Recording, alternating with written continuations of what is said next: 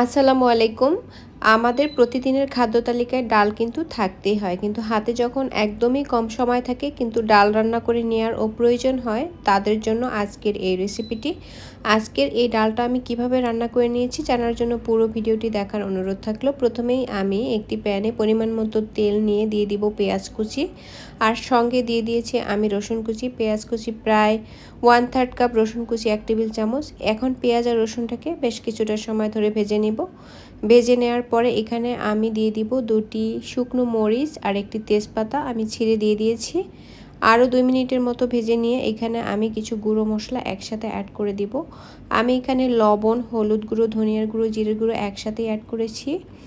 লবণ দিয়েছি পরিমাণ মতো, ধনিয়ার গুঁড়ো, জিরের গুঁড়ো এবং হলুদ গুঁড়ো ব্যবহার করেছি 1.5 চা চামচ করে, আর লাল মরিচের গুঁড়ো ব্যবহার করেছি আধা টেবিল চামচের চেয়ে একটু বেশি। তারপরে আমি যে ডালটা, আমি 1 কাপের মতো ডাল ধুয়ে রেখেছিলাম, ডালটাকে দিয়ে তারপরে এই মশলার ভেতরে বেশ ভালো করে কষিয়ে নিতে হবে। আমি প্রায় 5 থেকে 6 মিনিটের মতো ভেজে নিয়েছি।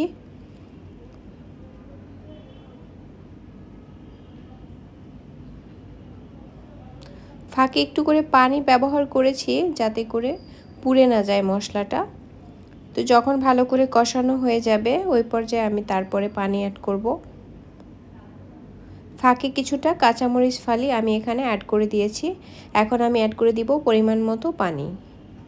পানি দিয়ে মশলার সাথে বেশ ভালো করে মিশিয়ে নিয়ে নেড়েচেড়ে হাই হিটে রান্না করে নিলে কিন্তু ডালটা মোটামুটি হয়ে যাবে। তো এই পর্যায়ে চুলার আঁচটা একটু বেশি রেখে ডালটাকে রান্না করতে হবে, আর একদম গলা গলা করে রান্না করব না, কিছুটা আস্ত কিছুটা গলা এরকম করে কিন্তু আজকের ডালটা রান্না করে নিতে হবে। আর অবশ্যই কিন্তু লবণটাকে চেক করে নিতে হবে। আমার ডালটা কিন্তু রান্না প্রায় হয়ে এসেছে, এখন জাস্ট নামিয়ে গরম গরম ভাতের সাথে পরিবেশন করলেই হয়ে যাবে।